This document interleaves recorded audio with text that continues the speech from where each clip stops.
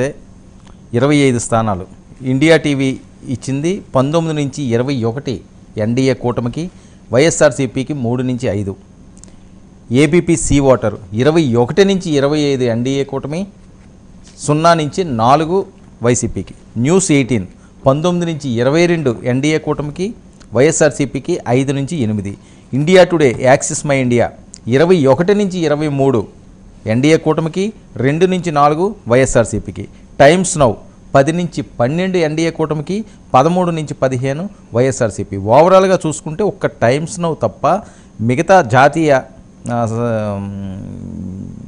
ఈ exit polls అన్నీ కూడా వన్ సైడ్ ఎన్డీఏ కూటమికి ఇవ్వడం. ఒకటైతే 25 వరకు అవుట్ ఆఫ్ 25 ఇచ్చారు.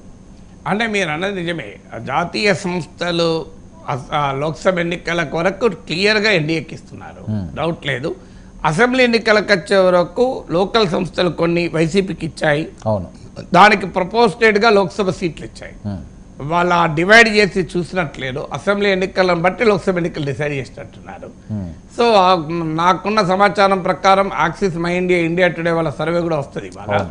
వాళ్ళు కూడా టీడీపీకి ఇచ్చారు. సో అందువల్ల మీకు ఆంధ్రప్రదేశ్ ఒక్కటి ఇంకా తేలని ప్రశ్న. నేను నిన్న కూడా చెప్పాను, ఇది ఆంధ్రప్రదేశ్ స్టోరీ ముగియలేదు, స్టిల్ స్టోరీ నాట్ కంప్లీట్. ఇప్పుడు వచ్చింది ట్రైలరే, సినిమా రాలే. ఈ ట్రైలర్ను బట్టి సినిమాను మనం అంచనా వేయలేమని మొదట్లో చెప్పాను నేను.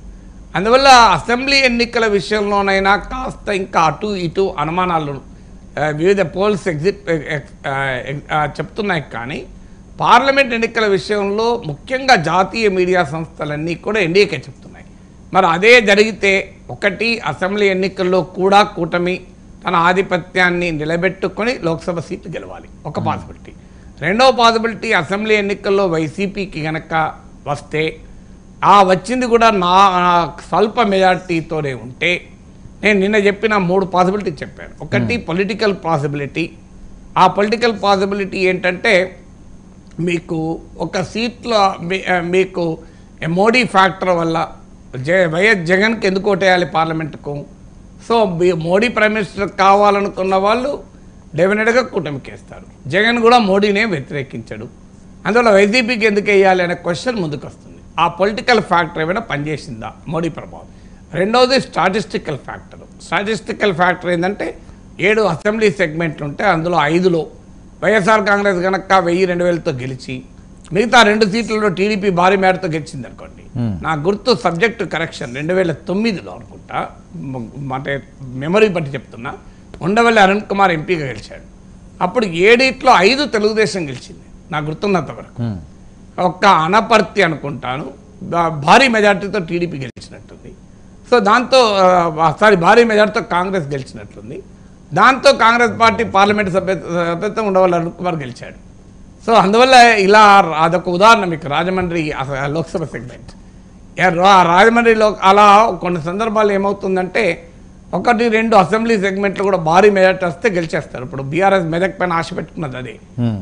గజ్వేల్ సిద్దిపేటలో కనుక భారీ మెజార్టీ రిజిస్టర్ చేసుకుంటే బీఆర్ఎస్ మెదక్ గెలిచే అవకాశం ఉంటుంది. సో అందువల్ల ఆ స్టాటిస్టికల్ పాసిబిలిటీ రెండవది. మూడవది షర్మిలా ఫ్యాక్టర్. కాంగ్రెస్ కనుక అసెంబ్లీ ఎన్నికల్లో పెద్ద ప్రభావం చూపక లోక్సభ ఎన్నికల్లో కనుక ఒక 2-3% ఓటింగ్ కనుక వస్తే, అందులో 1-2% కనుక వైఎస్ఆర్ కాంగ్రెస్ ఓటు కనుక కాంగ్రెస్కి వస్తే, ఎందుకంటే మా టీడీపీ ఓటు రాదు, ఎందుకంటే టీడీపీ ఓటు ఎలాగో మోడీ కొరకు బీజేపీతో ఉన్నారు కనుక అటైపోతుంది కదా. సో వైఎస్ఆర్ కాంగ్రెస్ ఓటు ఇటు వస్తే కాంగ్రెస్ పార్టీ కనుక ఆ మేరకు కొన్ని సీట్లలో లోక్సభ ఎన్నికల్లో తారుమారయ్యే అవకాశం ఉంటుంది. అందువల్ల still the story is unfolding. అందుకే ఆంధ్రప్రదేశ్ మనం హోడ్లో పెట్టుకోవడమే. ఓకే సార్, అసెంబ్లీ విషయానికి వస్తే మీరు చూసింది, ఎందుకంటే చాలా టెన్షన్గా ఉంది నిన్న వచ్చిన ఇవన్నీ మనం చూస్తుంటే ఎగ్జిట్ పోల్స్ ఏది డిసైడ్ అవ్వాలో కూడా ఎవరికి అర్థం కాని పరిస్థితి. నేతలు కూడా చాలా టెన్షన్స్లో ఉన్నారు. ఎందుకు టెన్షన్? 40 గంటలు వస్తుంది కనుక ప్రశాంతంగా నిద్రపోమని చెప్తాను. కాదు, మీకున్న అనుభవం, మీరు అంచనాలో సార్ నాకు టెన్షన్ లేదు. అంచనా కోసం కోట్లాది మంది వెయిట్ అంటే నేను నిన్న కూడా చెప్పాను, 1-2 కారణాల రీత్యా చెప్పలేము అని. ఒకటి క్లారిటీ లేదు, పిక్చర్ క్లారిటీ లేదు ఒకటి. ఎందుకంటే నాకు 100% క్లారిటీ లేదని నేను మాట్లాడాను. మీకు నాకు క్లారిటీ ఉండాలి, రైట్ ఆరంగా తర్వాత సంగతి. తెలంగాణ అప్పుడు నాకు క్లారిటీ ఉండే కాంగ్రెస్ గెలుస్తుంది అని, అందువల్ల చెప్పేశాను. అవును. అందువల్ల నాకు ఇప్పుడు జనరల్ టాక్ ఏమో కూటమి వైపు ఉన్నది, నిజమది, నేను గతంలో కూడా చెప్పాను ఇది. కానీ కూటమి వైపు ఉన్న voter vocal voter, upper caste, upper class, urban, youth, media, social మీడియాలో ఎక్కువ ఉండే ఓటరు. నీకు వైసీపీకి ఉండే ఓటర్ ఏమో గుమ్మనంగా ఉన్నాడు, పేద వర్గాలు, social backward class voter, Dalit, ST, minority, మహిళా ఓటర్లు. ఇప్పుడు పురుష ఓటర్లేమో ఓటేసి సోషల్ మీడియాలో హల్చల్ చేస్తారు, ఉమెన్ ఓటర్ ఓటేసి హల్చల్ చేయరు. సో అందువల్ల ఆంధ్రప్రదేశ్లో ఆ క్లారిటీ లేదు ఒకటి. రెండవది, క్లారిటీ లేకపోయినా కూడా ప్రాబబిలిటీ చెప్పచ్చు. అంటే నా అంచనా కానీ ఆంధ్రప్రదేశ్లో నిజాయితీగా చెప్పినా ఏదో ఒక పార్టీకి కోసం చెప్పాడు అనే అనవసర విమర్శలు దారితీస్తాయి. ఆ విమర్శలకు భయపడి నోరు పూసుకొని ఉండాల్సిన అవసరం ఏం లేదు. ఇప్పుడు రోజు విమర్శలు కొత్తగా చేస్తారా కానీ ఎప్పుడైతే మనకే క్లారిటీ లేనప్పుడు మన ఆ విమర్శలను ఎందుకు కొని తెచ్చుకోవాలి? క్లారిటీ ఉంటే విమర్శలు ఎదుర్కొంటాం, అభ్యంతరం ఏం లేదు. కానీ ఆ చిత్రం అస్పష్టంగా ఉన్నప్పుడు, దానిపైన అన్సర్టనిటీగా ఉన్నప్పుడు, అన్ప్రిడిక్టబుల్గా ఉన్నప్పుడు చెప్పడం కరెక్ట్ కాదు అని నా అభిప్రాయం. ఇప్పుడు ఇన్ని సంస్థలు వచ్చాయి, అందరూ ఏకాభిప్రాయం లేదు కదా. అవును. మీరు ఆల్ ఇండియా సంస్థలోమో క్లియర్గా కూటమికి ఎక్కువ ఇస్తున్నాయి. ఆల్ ఇండియా సంస్థలోమో శాంపుల్ చాలా చిన్నదిగా ఉంటుంది. నా అంచనా మీరు తీసి చూడండి, యాక్సిస్ మై ఇండియా ఇవన్నీ 20,000 30,000 ఓటర్లు ఉంటారు మొత్తం స్టేట్ అంతా. ఆంధ్రప్రదేశ్కి సంబంధించిన ఓటర్లు 20,000 30,000 తీసుకుంటారు. సో అందువల్ల దే ఆర్ నాట్ 100%, చాలా చిన్న శాంపుల్. ఆ 175 అసెంబ్లీ సెగ్మెంట్లు కూడా చేయరు, కానీ వాళ్ళు మోర్ ప్రొఫెషనల్గా చేస్తారు, మోర్ సైంటిఫిక్గా చేస్తారు. మన స్థానికంగా చేసేటువంటి సర్వే సంస్థలము ఎక్కువ శాంపుల్ తీసుకుంటారు, ఎక్కువ సీట్లలో కూడా చేస్తారు. కొంతమంది 175లో చేసేవాళ్ళు ఉన్నారు, కానీ వీళ్ళు ఆ వారంతా సైంటిఫిక్గా శాంపులింగ్ చేయకపోవచ్చు. అందువల్ల ఈ గందరగోళం ఉంది కనుక let us wait. How does it matter? ఇంకో 36 గంటల్లో మనకు తేలిపోతుంది కదా. అయినా చాలా మందిలో ఉత్కంఠ ఉంటుంది కదా సార్, ఎందుకంటే ప్రొఫెసర్ గారు మాట వేదవాక్కు, ప్రొఫెసర్ గారు చెప్తే నిజం అవుతుంది. అందుకే మాట్లాడేటప్పుడు బాధ్యతాయుతంగా మాట్లాడాలి.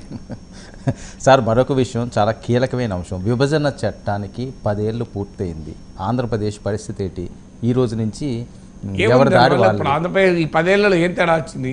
హైదరాబాద్ నుంచి ఎప్పుడో వెళ్ళిపోయాడు కదా, చంద్రబాబు నాయుడు టైంలో వెళ్ళిపోయాడు. రాజధాని లేని రాష్ట్రం, ఉండే పరిస్థితి లేదు. ఇప్పుడు 5 ఏళ్లలో లేని పంచాయతీ కొత్తగా ఏమొచ్చింది? పేరుకు హైదరాబాద్ ఉమ్మడి రాజధానికి, కానీ గత చంద్రబాబు నాయుడు వెళ్ళిపోయిన తర్వాత, అమరావతికి వెళ్ళిపోయిన తర్వాత హైదరాబాద్ ఏమీ లేదు కదా రాజధాని. సో ఇట్ వాజ్ ఆల్రెడీ ఆ ఉమ్మడి రాజధాని పేరు కానీ వీళ్ళు ఏం వాడుకుంటలేరు కదా ఆంధ్రప్రదేశ్. ఇప్పుడు కొత్తగా వచ్చింది ఏం లేదు, వాళ్ళు అఫీషియల్గా ఉమ్మడి రాజధాని కాదు అంతే. అంతకుముందు ఉమ్మడి రాజధాని ఉన్నాయి, ఇక్కడ వచ్చేమన్నా పాలన సాగించారా?